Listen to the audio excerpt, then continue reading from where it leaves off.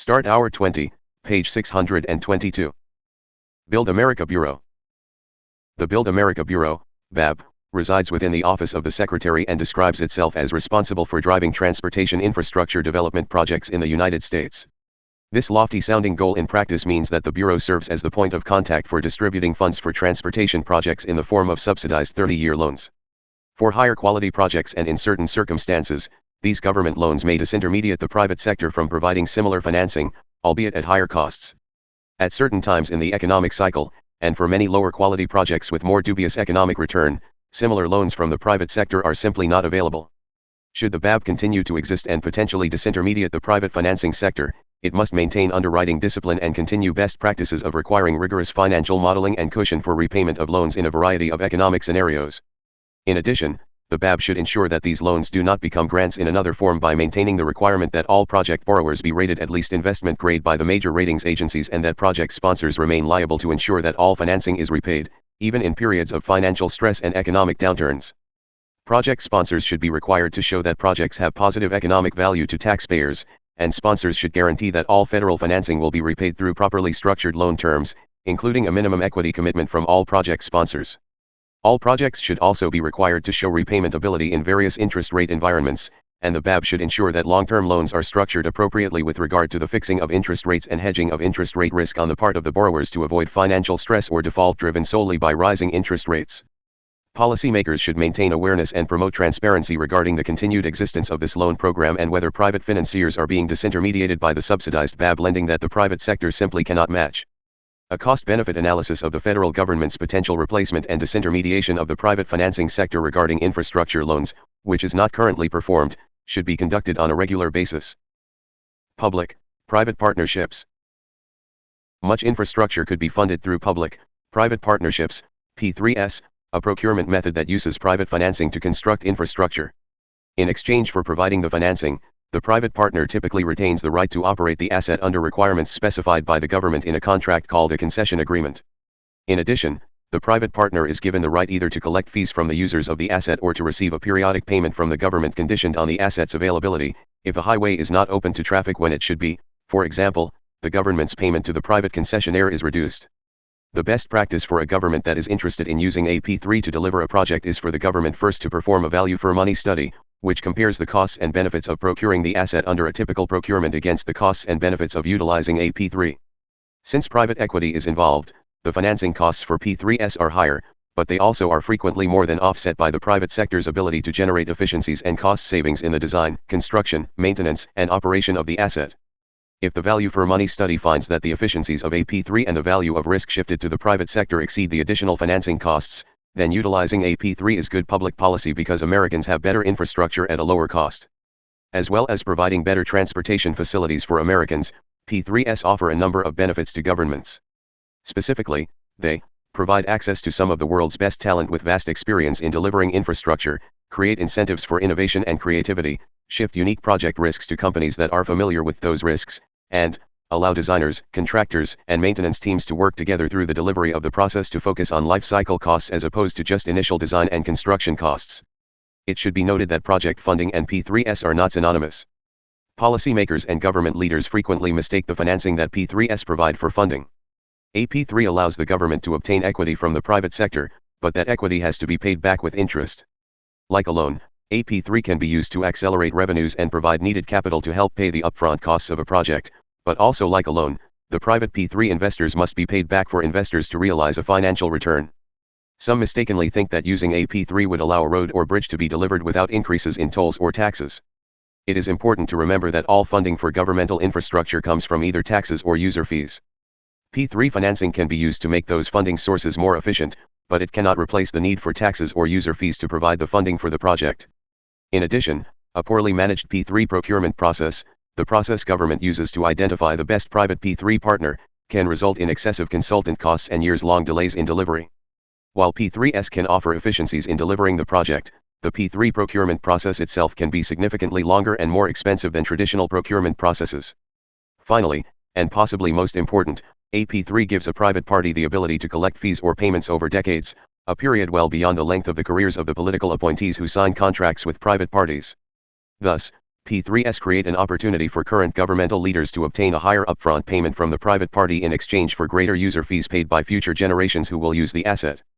In other words, a governmental CEO, governor, mayor, head of an authority, can use AP3 to impose unnecessarily high costs on users decades in the future in exchange for upfront cash. It is important that contracts be transparent in order to minimize this possibility.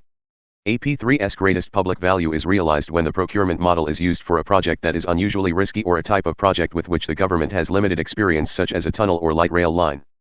P3s are an excellent tool for transferring risk from the public sector to the private sector and can create considerable value for the tax-paying public. However, a high degree of expertise is required to ensure that the risk transfer warrants the higher financing and procurement costs that P3s impose. Emerging technologies. As private companies develop a future of new, emerging technologies, one role for DOT is driving clarity in the government's role and setting standards for safety, security, and privacy without hampering innovation. DOT can oversee the testing and deployment of a wide variety of new technologies, allowing communities and individuals to choose what best fits their needs. It is the role of the private sector, not the government, to pick winners and losers in technology development. If a technology underperforms, the private sector should be liable, not the government. The department should ensure a tech-neutral approach to addressing any emerging transportation technology while keeping safety as the #1 priority. As part of this, it should work to facilitate the safe and full integration of automated vehicles into the national transportation system. Over time, these advanced technologies can save lives, transform personal mobility, and provide additional transportation opportunities, including for people with disabilities, aging populations, and communities where car ownership is expensive or impractical. NHTS's and FCS's current regulations were written before the advent of automated vehicles and driving systems. Both operating administrations have issued advance notices of proposed rulemakings, ANPRMs, that begin the process of updating their regulations to reflect this new technology. However, these regulations have stalled under the Biden administration, which has chosen to use the department's tools to get people to take transit and drive electric vehicles instead of helping people to choose the transportation options that suit them best. NHTSS should work to remove regulatory barriers by focusing on updating vehicle standards as well as publishing performance-based rules for the operations of automated vehicles, AVS. FCSA should work to clarify the regulations to align with DOT's AV3 guidance, which would allow the drivers to be safely removed from the operations of a commercial motor vehicle. From a non-regulatory point of view, DOT has pivoted from a successful focus on the voluntary sharing of data to improve safety outcomes to adoption of a more compulsory and antagonistic approach to mandating data collection and publication through a standing general order related to automated vehicles. This needs to be reversed. Many of these new and innovative technologies rely on wireless communications that depend on the availability and purchase of radio frequency spectrum, a trend that is consistent with what we see in connectivity in our everyday lives. There is a role for DOT in ensuring that in the fight over spectrum, transportation gets its fair share. For technologies to work in transportation, and in particular to work for transportation safety, they have to meet the unique needs of a transportation environment. They need to account for rapidly moving and out of line-of-sight vehicles as well as pedestrians, bicyclists, and other road users. They should account for the potential for radio interference, and they should address security. This is why in 1999, in response to a request from Congress, the Federal Communications Commission allocated the 5.9 GHz band of spectrum to Traffic Safety and Intelligent Transportation Systems, ITS. In 2020, the FCC took away 45 MHz of the 75 MHz it had added, leaving only 30 MHz for transportation safety and ITS. DOT needs to represent the transportation community and make the case for needed spectrum to the public and Congress. Corporate Average Fuel Economy, CAFE, Standards. One reason for the high numbers of injuries on American roadways is that national fuel economy standards raise the price of cars, disincentivizing people from purchasing newer, safer vehicles. Congress requires the Secretary of Transportation to set national fuel economy standards for new motor vehicles sold in the United States. This mandate was established in the Energy Policy and Conservation Act of 1975, EPCA, a law passed in the wake of the Arab oil embargo to promote greater energy efficiency and lessen the national security threat of U.S. dependence on foreign oil. The statute directs DOT to prescribe the maximum feasible mileage requirements for different categories of internal combustion engine, ICE, automobiles for each model year. The standards must be achievable using available ICE technologies running on gasoline, diesel fuel, or similar combustible fuels and must not be set so high as to prevent automakers from profitably producing new vehicles at sufficient volume to meet consumer demand. Congress recognized that the ICE-powered automobile has been instrumental to advancing the mobility and prosperity of the American people and that the domestic mass production of new ICE vehicles generates millions of jobs and remains critical to the overall health of the U.S. economy and the strength of the nation's industrial base. Accordingly, Congress took care to ensure that the mileage requirements issued by DOT would not undermine the vitality of America's auto industry or interfere with the market economics that drives consumer demand for new vehicles. This rulemaking authority, which has been delegated by the Secretary to the National Highway Traffic Safety Administration, is exclusive to DOT. EPCA expressly preempts states from adopting or enforcing any different requirement related to fuel economy standards for new motor vehicles. While the statute instructs DOT to consult with the Department of Energy and the Environmental Protection Agency, EPA, in formulating its standards, no other federal agency, including EPA, has clear authority to set fuel economy requirements in place of NHTSA. The Clean Air Act gives EPA general authority to establish emissions limits for new motor vehicles for air pollutants that are found to pose a danger to humans. However, there is no reason to believe Congress ever contemplated that EPA's authority to address automotive air pollution might be used to displace or supersede NHTSA's fuel economy mandate under EPCA. Congress chose to assign the power to set fuel economy standards to DOT rather than EPA.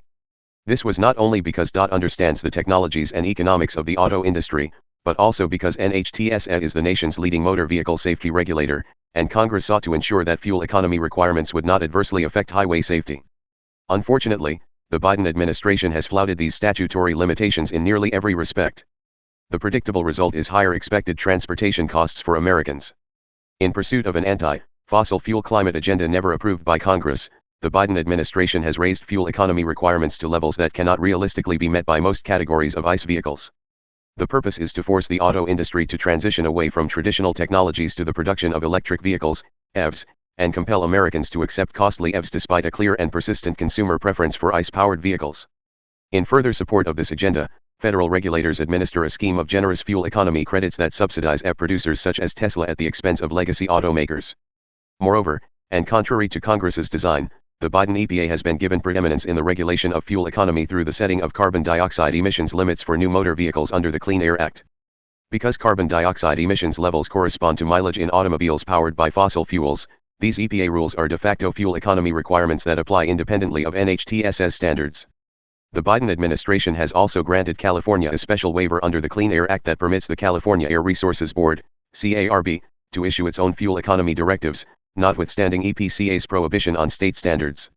Under this waiver, CARB has ordered automakers to phase out the sale of ICE-powered automobiles in California and transition to the production of zero-emission vehicles by 2035. The Clean Air Act allows other states to follow California's requirements, thus, CARB is effectively determining fuel economy policies for the entire nation. As a result of these regulatory actions, automobiles will be significantly more expensive to produce, there will be fewer affordable new vehicle options for American families, and fewer new vehicles will be sold in the U.S. That will do more than translate into a loss of auto industry jobs for American workers, it will also mean a significant increase in traffic deaths and injuries. As fewer new cars are purchased, the price of used cars will rise, and more Americans will be left driving older cars, which traffic statistics show are much less safe than newer vehicles. NHTSA itself has acknowledged that the Biden administration's fuel economy standards will generate hundreds of additional fatalities and thousands of additional injuries on U.S. highways. Because older cars also produce more harmful air pollution, the aging of America's fleet will also have negative consequences for air quality. In addition, the Biden administration's efforts to accelerate EV sales by regulatory fiat work against the national security interests of the United States in contravention of Congress's goals under EPCA. Increasing the production of EVs will make the U.S. more dependent on China and other foreign countries that control the supply and processing of rare earth minerals that are needed for EV batteries. And the faster deployment of EVs will put a major strain on America's vulnerable power grid, requiring large investments in critical infrastructure and a big boost in the nation's electricity production, including from gas-fired and oil-fired power plants. In exchange for all of these harmful effects on traffic safety, consumer choice, American jobs, the nation's air quality, and U.S. national security, the Biden fuel economy regulations are predicted to have no meaningful effect on global temperature trends over the long term. The next administration must return the federal fuel economy program to the limits established by Congress. The standards issued by NHTSA must be reset at reasonable levels that are technologically feasible for ICE automobiles and consistent with an increase in domestic auto production and healthy growth in the sale of safer and more affordable new vehicles.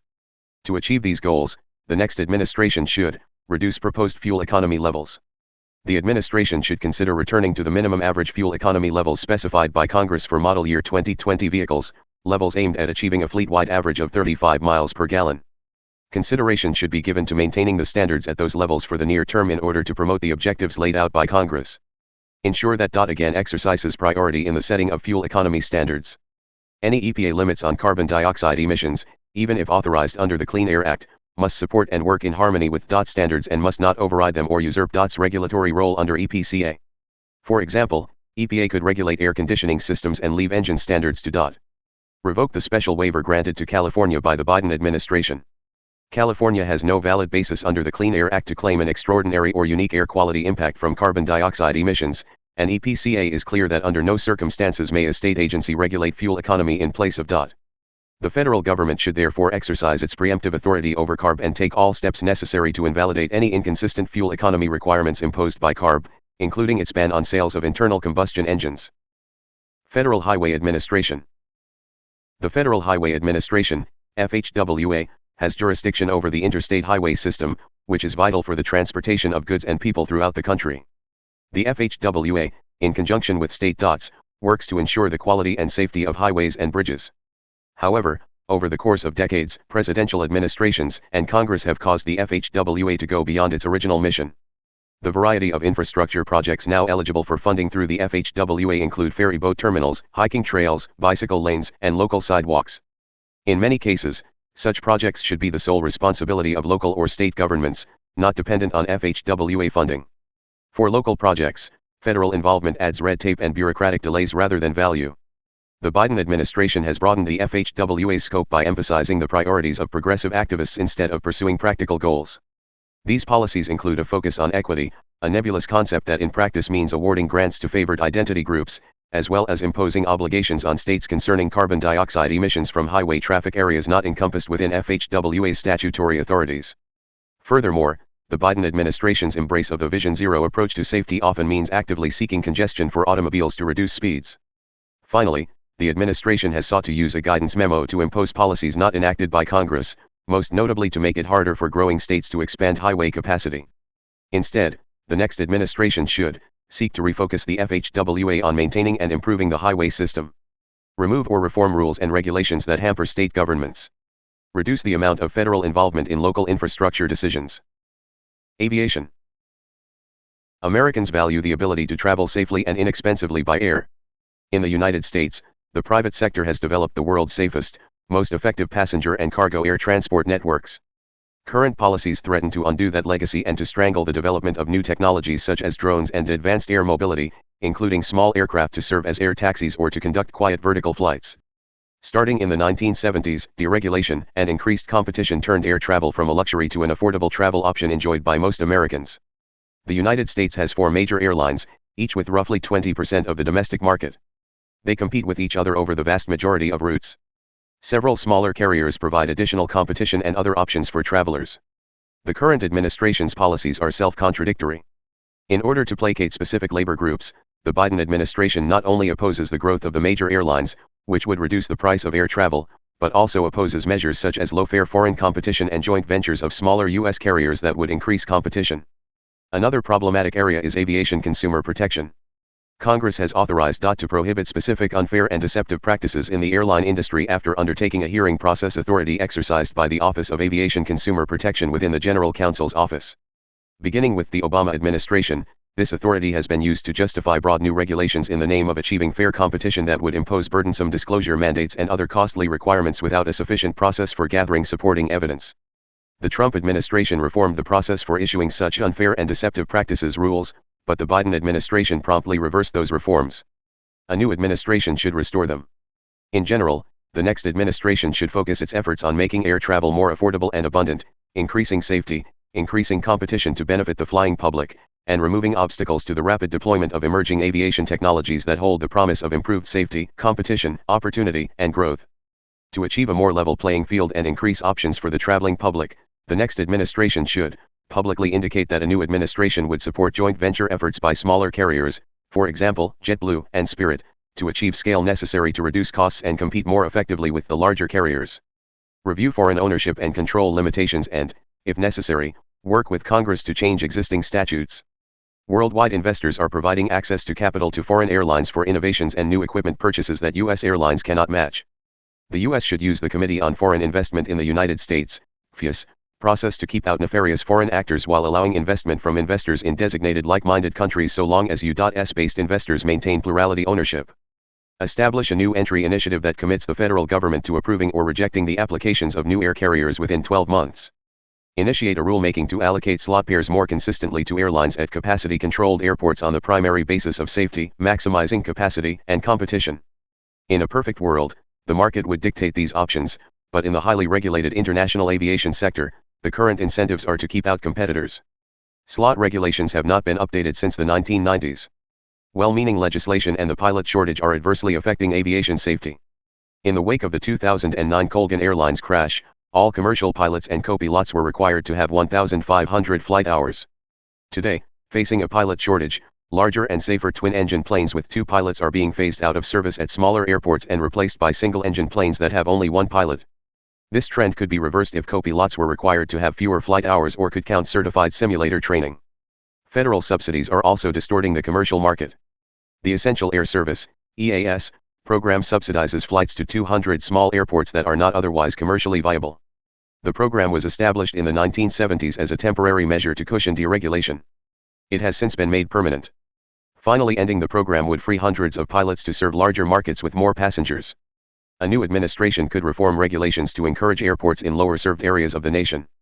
International air travel is regulated and restricted by individual treaties between the United States and other countries. The new administration should remain committed to the laudatory goal of open skies. However, many of the largest emerging markets are not fully open, and our aviation policies should reflect that reality and ensure that U.S. air carriers compete on a level playing field. Specifically, so long as U.S. carriers are not able to fly over Russian airspace, the U.S. should not allow foreign carriers serving markets in East Asia and South Asia to enjoy a competitive advantage by continuing to allow them to fly to the U.S. China has failed to put in place several of the policies to which it has already agreed. The U.S. should not offer additional negotiations until the Chinese implement the agreements they have already signed. The current administration's policies in several areas that affect aviation and limit America's future opportunities for growth are internally inconsistent. In addition to a new entry initiative, the new administration should establish an interagency clearinghouse to drive consistent policies across the government on spectrum, drones, and advanced air mobility. Federal Aviation Administration. With a budget of $18.6 billion requested for FY 200 and 2,311 and an international regulatory footprint, the Federal Aviation Administration, FAA, is DOT's most visible mode. It needs reform. Air traffic control, ATC, operations account for 2/3 of FAA's budget, and the Air Traffic Organization, ATO, is far behind its counterparts in Australia, Canada, and Western Europe in implementing 21st century technology. The FAA's primary mission is ATC, its 2 smaller functions are distributing federal airport grants and regulating all aspects of aviation safety. The FAA was once considered the world's best government aviation agency. Those days are long past. In the more than 5 decades since 1958, when the Federal Aviation Agency, precursor to the Federal Aviation Administration, was formed, there have been notable developments in air traffic control technology, aircraft avionics, and engine reliability, but despite many well-intentioned attempts, there have been few changes in the FAA's funding structure. The FAA is still improperly organized and financed, and the management reforms provided in the late 1990s remain largely unused. The FAA is 10 years older than DOT. It provides 2 separate and functionally different services: the world's largest and most complex air navigation service provider, ANSP, and, at the same time, the world's largest civil aviation regulatory and certificatory agency. The first is a 24/7/365 air traffic service provider. The second is an inherently governmental organization responsible for ensuring that aerospace operators, vehicles, airports, and ANSPs are properly certified and follow all FAA regulations. These 2 different organizations ought to run separately. The FAA is the only modern civil aviation authority, CAA, in the world that does not assess fees for its services. Its funding structure, subject to the annual appropriations process, stifles efficiency and innovation, and the FAA does not innovate well. It spends too much time and money on research and development, R&D, and is not very good at either one. It should get out of the R&D business and focus on testing, evaluating, and certifying private sector innovation much more quickly than it does today. The FAA workforce needs to modernize. The agency needs safety and certification experts, not professional airframe and power plant mechanics, ANPS. It needs to hire people trained to oversee mechanics, engineers, and pilots. It is time to consider promoting the FAA's top executive team from within and requiring strict professional requirements for its top appointees. Organizations such as the FAA, whose sole responsibility is public safety, should be fully auditable and led by experts in their field or industry with oversight from DOT leadership. For 60 years, the FAA was the global leader in aerospace, from general aviation to commercial space, but the U.S. lead has vanished. The FAA's overly bureaucratic, legalistic, Byzantine, and more recently hyper-politicized way of processing regulations, adopting innovation, publishing rules, and procuring new technologies has been eclipsed by foreign CAAs and ANSPs that are eagerly certifying drones and creating environments in which new technologies and new entrants, such as air taxis, can thrive. To regain America's global leadership in aviation, the next administration should separate the FAA from or, at a minimum, separate the ATO from the FAA. Completely restructure the FAA's funding system so that the nation's aviation system is not held prisoner to annual appropriations or used as a political football to solve non-aviation problems. Require the FAA to operate more like a business. The FAA has not made good use of the unique authority it has been given in areas like personnel and acquisition. In Europe, conventional control towers are being replaced by digital/remote towers with high-resolution cameras and other sensors on tall structures and at points adjoining runways. In Germany and Scandinavia, as many as 15 small airports can be controlled from one remote tower center. The FAA has yet to certify a single digital/remote tower. Text messaging between controllers and pilots is widespread over the oceans. The ATO began to implement what is now called Datacom in 2002 but suspended the project in 2003. This was restarted at airport control towers in 2016, but as of October 2022, it was available in only 7 of the 20 high-altitude control centers. Current technology enables flights to be managed anywhere from anywhere, but the ATO resists consolidating its 20 aging centers into a much smaller number and lacks the funds to consolidate them. The FAA as regulator and the ATO as traffic manager have no plans in place to handle millions of drones and other emerging technologies such as electric vertical takeoff and landing, eVTOL, aircraft. These shortcomings have been documented over many decades by the Government Accountability Office and Inspector General. One peer-reviewed study for the Hudson Institute by scholar Robert Poole identified the ATO's underlying problems as including an overly cautious culture, a growing lack of technological and managerial expertise, the inability to finance major capital projects with revenue bonds, and overdependence on aerospace/defense contractors. All of these problems are interrelated. Because of the ATO's lack of top-notch engineers and program managers, it has become dependent on aerospace contractors, unlike counterparts in Canada and the United Kingdom. Operating within the constraints imposed by the annual congressional appropriations process and with no bonding authority, the ATO is forced to implement major projects piecemeal over many years. The ATO's overly cautious culture appears to stem from its being embedded in a safety regulatory agency rather than being regulated at arm's length, as are airlines and airports. 3 organizational changes, all requiring legislation, offer the likelihood of dealing with these problems based on the experiences of air traffic providers in Canada and Europe. They could be implemented one at a time or together. Separate the ATO from the FAA and relocate it to separate headquarters outside the District of Columbia. Shift from aviation user taxes to fees for air traffic services paid directly to the ATO. Allow the ATO to issue long-term revenue bonds for major projects. Shorter-term reforms could include implementing user fees for unconventional airspace users, for example, advanced air mobility, space launch, and recovery, and giving the ATO a deadline after which it could not authorize or fund any more non-digital/remote control towers. These reforms would also require legislation. Federal transit policy. The definition of mobility continues to evolve dramatically with the rise of new multimodal concepts, traveler needs, and emerging capabilities. These fundamental changes in the way transportation services are offered also influence the form of our communities. New micromobility solutions, ride-sharing, and a possible future that includes autonomous vehicles mean that mobility options particularly in urban areas can alter the nature of public transit, making it more affordable and flexible for Americans. Unfortunately, now defines public transit only as transit provided by municipal governments. This means that when individuals change their commutes from urban buses to rideshare or electric scooter, the use of public transit decreases. A better definition for public transit, which also would require congressional legislation, would be transit provided for the public rather than transit provided by a public municipality. The COVID-19 pandemic caused a substantial decline in usage for all forms of transportation. Mass transit has been the slowest mode to recover, with October 2022 ridership reaching only 64% of the level seen in October 2019. The sustained increase in remote work has caused changes in commuting patterns. Since facilitating travel for workers is one of the core functions of mass transit systems, a permanent reduction in commuting raises questions about the viability of fixed-route mass transit, especially considering that transit systems required substantial subsidization before the pandemic. Regrettably, the 2021 Infrastructure Investment and Jobs Act authorized tens of billions of dollars for the expansion of transit systems even as Americans were moving away from them and into personal vehicles. Lower revenue from reduced ridership is already driving transit agencies to a budgetary breaking point, and added operational costs from system expansions will make this problem worse. The Capital Investment Grants, CIG, program is another example of Washington's tendency to fund transit expansion rather than maintaining or improving current facilities. The CIG program, which began in 1991, Funds only novel transit projects. These can include new rail lines, regardless of the demand for pre-existing rail in the area, and costly operations such as streetcars. Because Americans have demonstrated a strong preference for alternative means of transportation, rather than throwing good money after bad by continuing federal subsidies for transit expansion, there should be a focus on reducing costs that make transit uneconomical. The Trump administration urged Congress to eliminate the SIG program, but the program has strong support on Capitol Hill.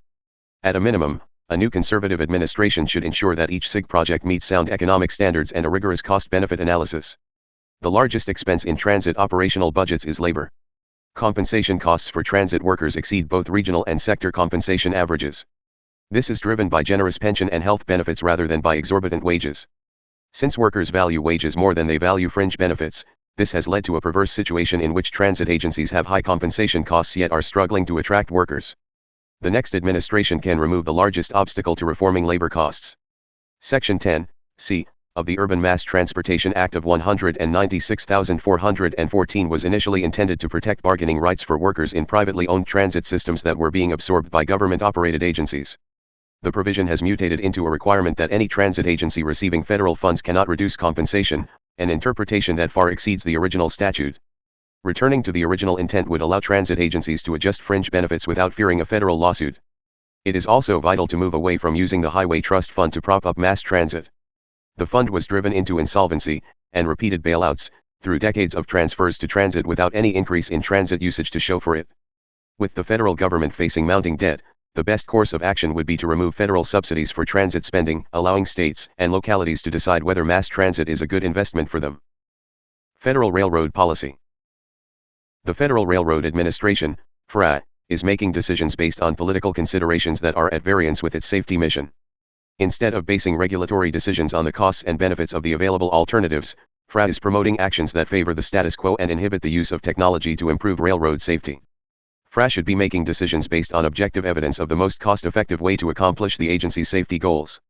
FRA's singular focus on job preservation is contrary to FRA's mission, and it has a deleterious effect on the morale of FRA's professional staff, as shown by the annual employee surveys conducted by the Office of Personnel Management.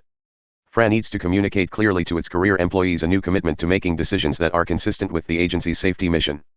FRA's procedures call for decisions on waivers to be made by its safety board. Appeals can be taken to the administrator. However, FRA has deviated from these procedures as the administrator has injected himself into safety board decisions. FRA needs to review its actions with respect to specific proceedings where the agency's direction cannot be justified. For example, FRA's Notice of Proposed Rulemaking, NPRM, on crew size is not based on safety considerations. It is designed to reduce flexibility by making it impossible for railroads to operate with crews of fewer than 2 in circumstances where there is no operational need for the second crew member. Although FRA could adopt a modern inspection program that takes advantage of technological ways to inspect track, it is refusing to amend 50-year-old track inspection requirements, leaving customers with higher costs. FRA is refusing to take final action on a rulemaking proceeding that would modernize brake inspection requirements by taking advantage of the ability to track brake inspections on rolling stock electronically instead of by using paper air brake slips, which would enable extending the interval between brake inspections for trains and eliminating restrictions on the ability to place/remove blocks of cars in trains. FRA will be proposing certification requirements for dispatchers and signal employees despite the failure of the Railroad Safety Advisory Committee, RSAC, to identify any safety benefit. FRA is planning to propose emergency escape breathing apparatus requirements for train crews even though FRA staff long ago concluded that the costs of these requirements would far outweigh their very minimal benefits. It is vital that the integrity of FRA's research program be preserved. In 2022, FRA switched the management of the Transportation Technology Center, TTC, in Pueblo, Colorado, from a subsidiary of the Association of American Railroads, AAR, to ENSCO Incorporated. FRA seems determined to direct research to TTC, even when there are better choices with respect to the research in question, in an effort to support TTC financially and justify its decision to change management at TTC. This change in approach threatens the collaborative approach to research between FRA and the railroads that has existed for decades. FRA should make its decisions on where to spend its research dollars solely on the merits of improving the safety and efficiency of the railroad industry. Maritime Policy. The Maritime Administration, MARAD, was established by President Harry Truman in 1950 and was transferred to DOT in 1981.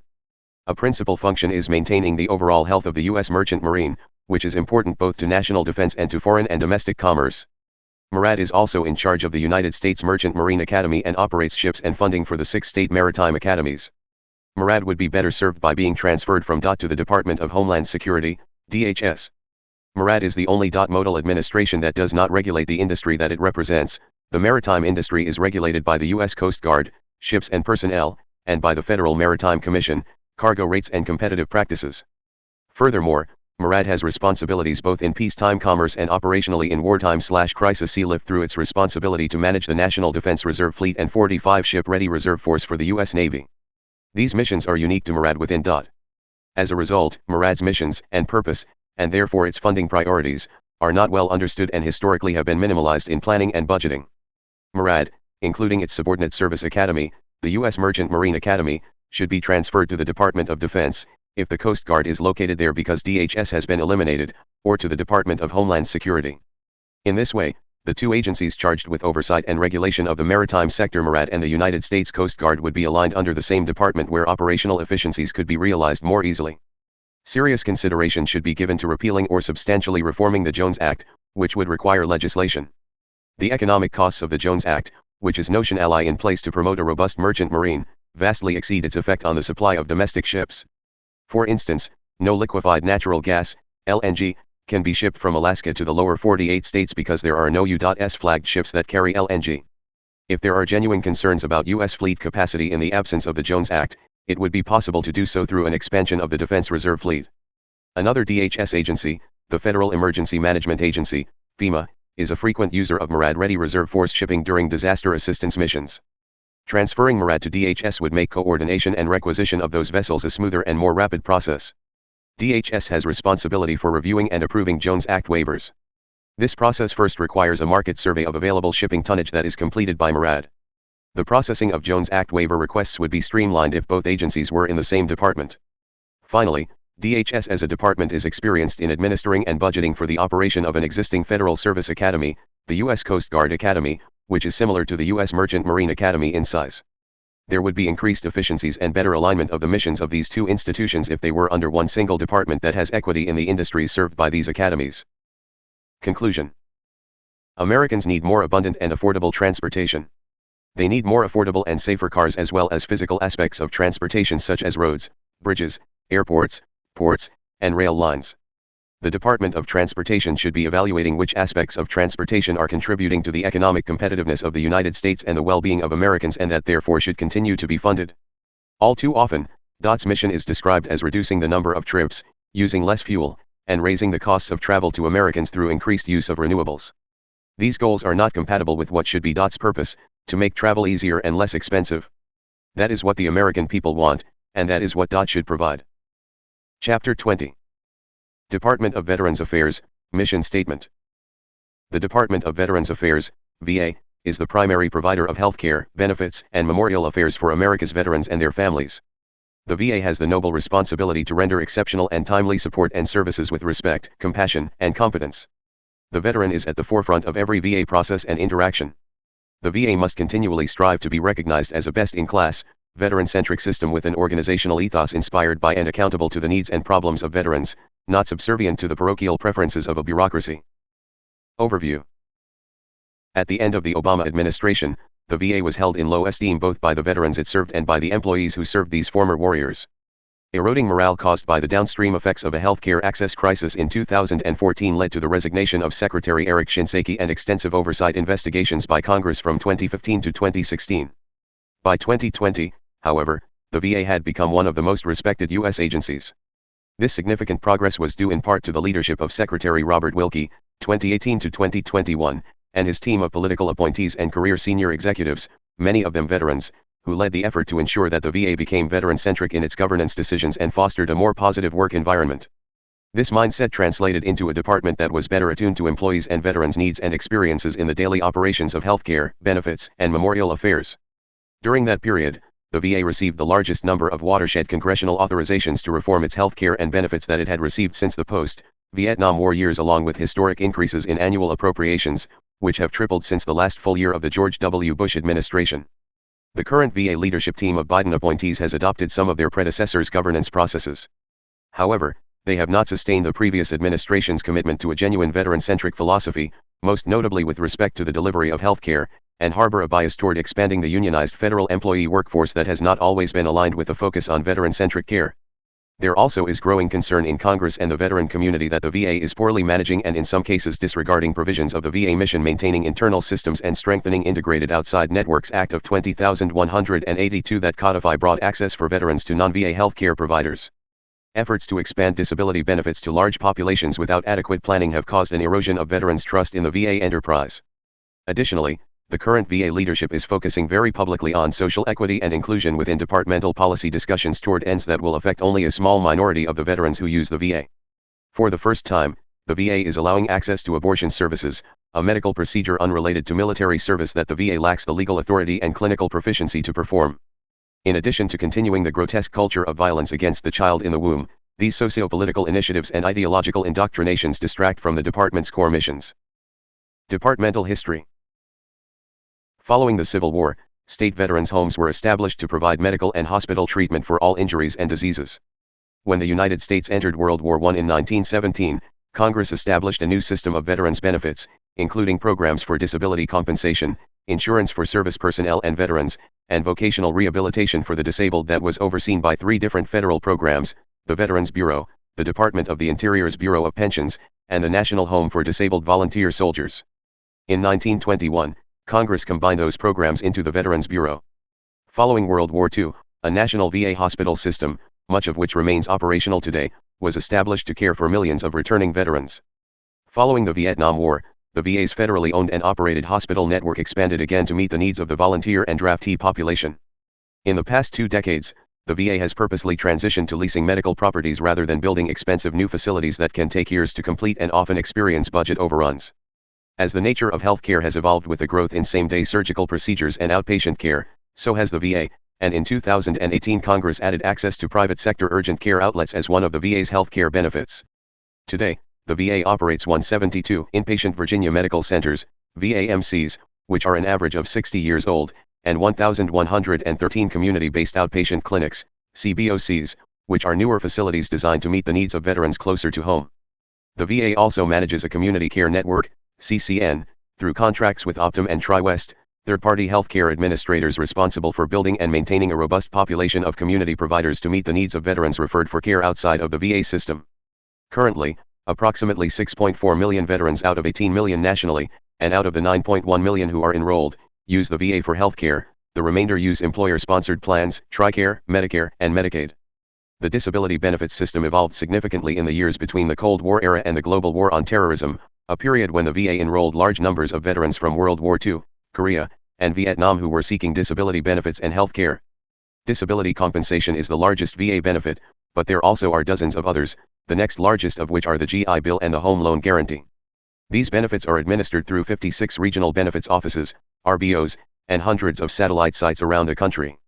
The Agent Orange Act of 1914 significantly expanded the scope of disability benefits for those who had deployed to Vietnam, and the cost of those benefits began to increase dramatically as the Vietnam generation of veterans aged and began to experience adverse health conditions, some of which were presumed to have been caused by defoliant chemicals used in Southeast Asia.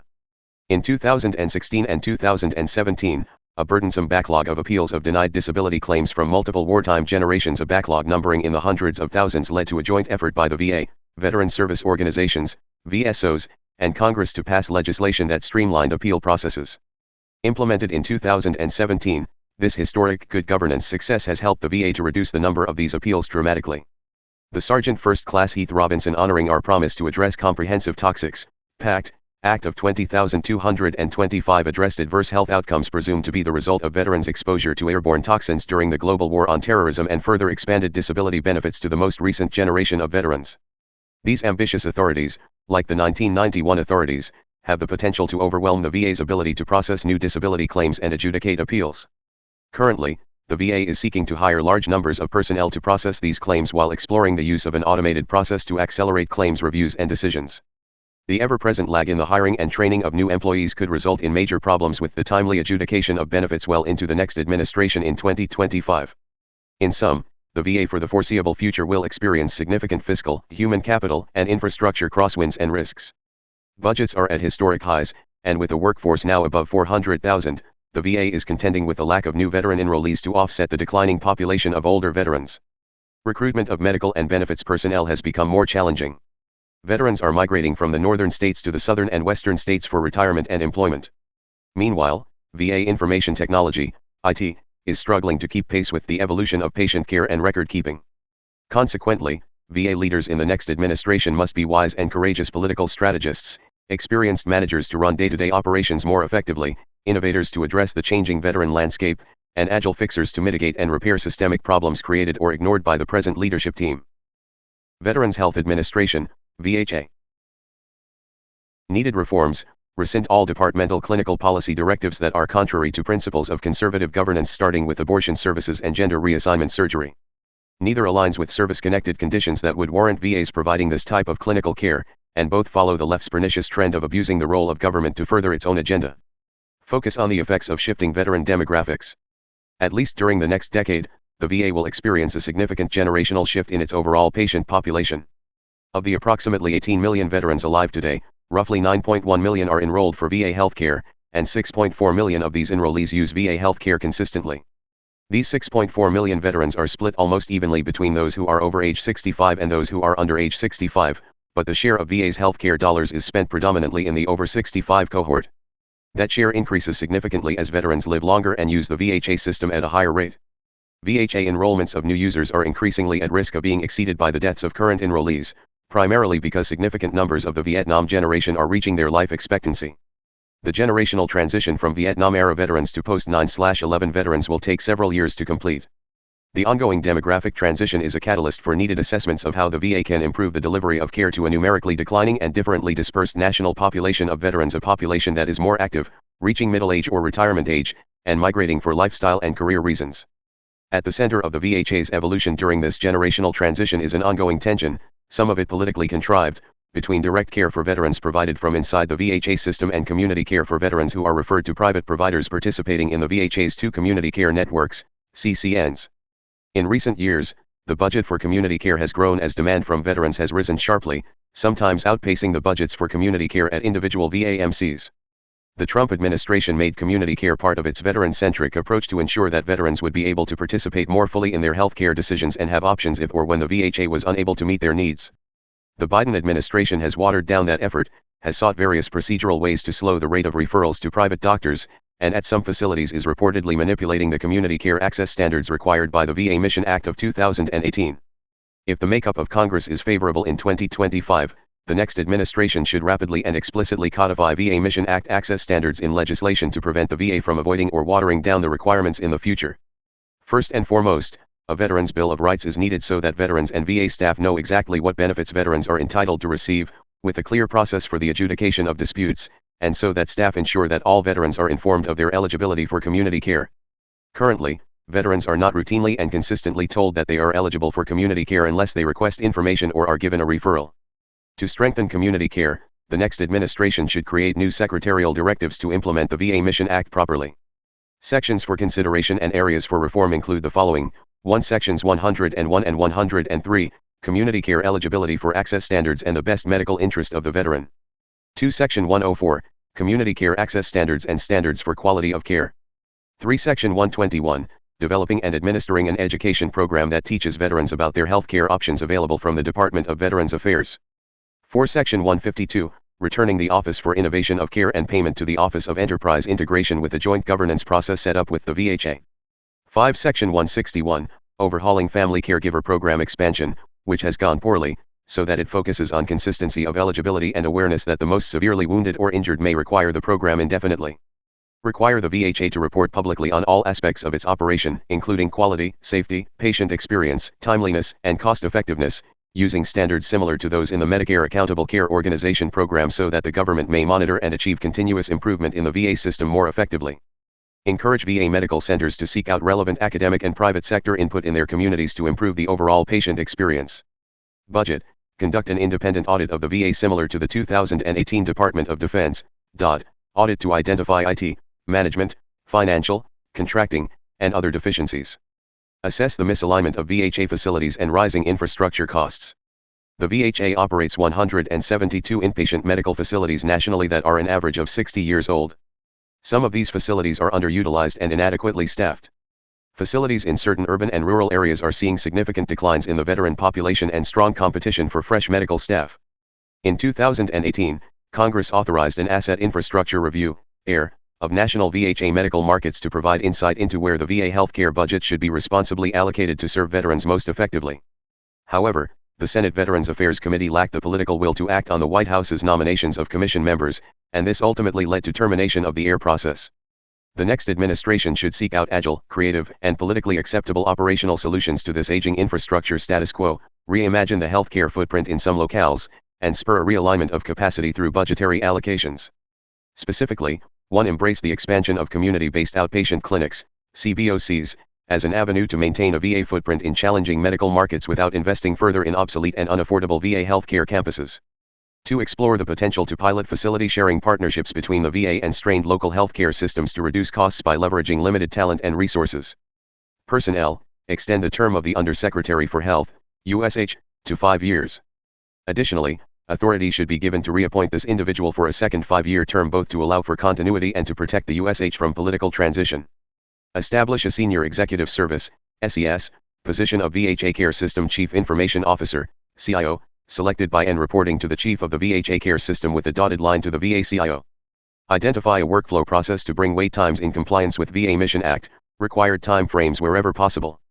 1. Assess the daily clinical appointment load for physicians and clinical staff in medical facilities where wait times for care are well outside of the time frames required by the VA Mission Act. 2. Require VHA facilities to increase the number of patients seen each day to equal the number seen by medical facilities, approximately 19 patients per provider per day. Currently, VA facilities may be seeing as few as 6 patients per provider per day. 3. Consider a pilot program to extend weekday appointment hours and offer Saturday appointment options to veterans if a facility continues to demonstrate that it has excess capacity and is experiencing delays in the delivery of care for veterans. 4. Identify clinical services that are consistently in high demand but require cost-prohibitive compensation to recruit and retain talent, and examine exceptions for higher competitive pay. 5. Assess the medical facilities where community care is readily available but referrals for community care are below the averages in other similar markets, referrals expiring are above the average, and or cancelled appointments are above the average. Identify reasons and factors and consider possible ways to improve timeliness and responsiveness for veterans. 6. Further explore how to leverage telehealth to reduce personnel costs across the enterprise and serve veterans. Continue to pursue expansion of broadband services to remote and rural areas. 7. Assess recruitment and retention in highly competitive medical markets to identify common limiting factors for attracting high-demand, specialized occupations. 8. Consider aggressively recruiting retired physicians who desire to serve veterans. 9. Consider expanding VA tuition assistance in exchange for reciprocal service in rural or understaffed VA MCs. 10. Examine the surpluses or deficits in mental health professionals throughout the enterprise, recognizing that the department needs a blend of social workers, therapists, psychologists, and psychiatrists with a focus on attracting high-quality talent. Conduct a high-priority assessment of electronic health record, AIR, transition delays and functionality problems. VA innovation in healthcare for the next 20 years and beyond will rest squarely on the timely implementation of the new VHA AIR in coordination with the DOD's parallel pacing effort.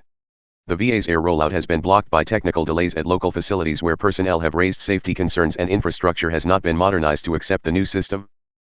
Veterans Benefits Administration, VBA. Needed reforms. The most evident and ongoing concern is the complexity of benefits, which can lead to confusion for the veteran and, if not mitigated early in the veteran's interactions, long-term distrust of and animosity toward the VA wholesale benefits reform is unnecessary and politically a third rail, but effective managerial approaches and technology tools that currently exist in the private sector could be employed to improve existing VBA activities. This problem is most pronounced in the disability claims process, which needs more and better management attention focused on streamlining the procedures involved in processing claims and administering benefits. The VA must improve timeliness of claim adjudication and benefits delivery. Veterans want the VBA to provide timely responses to requests for benefits support, render empathetic customer service and understandable explanations of those benefits, and deliver those benefits without frustrating delays, weeks, not months. Identify performance targets for benefits, report publicly on actual performance each quarter, and use these metrics to drive consistent improvement. Develop a new Pilot Express 30 commitment for a veteran's first fully developed disability compensation claim and organize the VBA to complete the first claim in 30 days. Hire more private companies to perform disability medical examinations. Delays in completing the examinations could be eliminated with more external capacity. Increase automation. Hiring additional staff to process claims is costly, is inflexible, and has yielded mixed results. Attempting to change laws and regulations simply to adjudicate claims would be a Herculean effort given their complexity. The best way to provide benefits faster and more accurately is by using technology to perform most of the work. Technology currently exists in the private sector, but the VBA lacks the expertise to use it. This would be more of an organizational challenge than a technology hurdle. Reduce improper payment and fraud. About $500 million is improperly paid out each year. Better tools, training, and management could reduce this substantially, but rule changes at the departmental level would be needed. Budget. The VA's schedule for rating disabilities, VASROAD, has assigned disability ratings to a growing number of health conditions over time. Some are tenuously related or wholly unrelated to military service. The further growth in presumptive service-connected medical conditions pursued by Congress and veteran service organizations, begun with Agent Orange and most recently for burn pit/airborne toxins, has led to historic increases in mandatory VBA spending in recent years. The VA has a time-phased plan to reassess the VASROAD and its ratings for compensation, but this internal process can be slow and laborious, requires Office of Management and Budget, OMB, approvals, and can become politically charged both in Congress and with VSOs. The next administration should explore how VASROAD reviews could be accelerated with clearance from OMB to target significant cost savings from revising disability rating awards for future claimants while preserving them fully or partially for existing claimants. The VBA's information technology top-line budget should be re-examined and reassessed in light of the need for expanded automation across the enterprise. Traditionally, VHA captures the large majority of VA IT funding. The VBA needs to make the case for a larger IT budget with clear requirements to support that request. Personnel. Pursue reforms of the human capital management process and operations within the VBA to build a more blended workforce with more contractors to process claims. This would free federal employees to perform other duties and be involved solely with the final decision to award benefits. Improve the VBA acquisition workforce. The VBA needs more world-class contractor support. Currently, few of the top companies have contracts with the VBA, and the VBA needs to conduct more outreach to the private sector through senior leader engagement and industry conferences. To identify more effective and efficient ways to complete claims, establish a knowledge exchange program with top-tier private sector companies that do similar work. The VBA is fundamentally a financial services organization. A significant amount of its work has a private sector analog that could be leveraged to improve service to veterans. For most of its existence, the VBA has been a risk-averse, insular, paper-based organization, implementing technology only over the past decade. This insularity has led to a predominantly build-it-ourselves approach, partly because VBA staff has limited experience or insight into current private sector tools and methods, and partly because the VBA struggles to compete with the VHA for IT funding. Senior executive leadership needs more innovators and trailblazers, qualities that have sometimes been lacking in the VBA's senior ranks. Recruiting a more relevantly knowledgeable and technologically savvy team, along with robust political control of the VA, could bring about better solutions to the VBA's workflow challenges. End hour 20, page 651.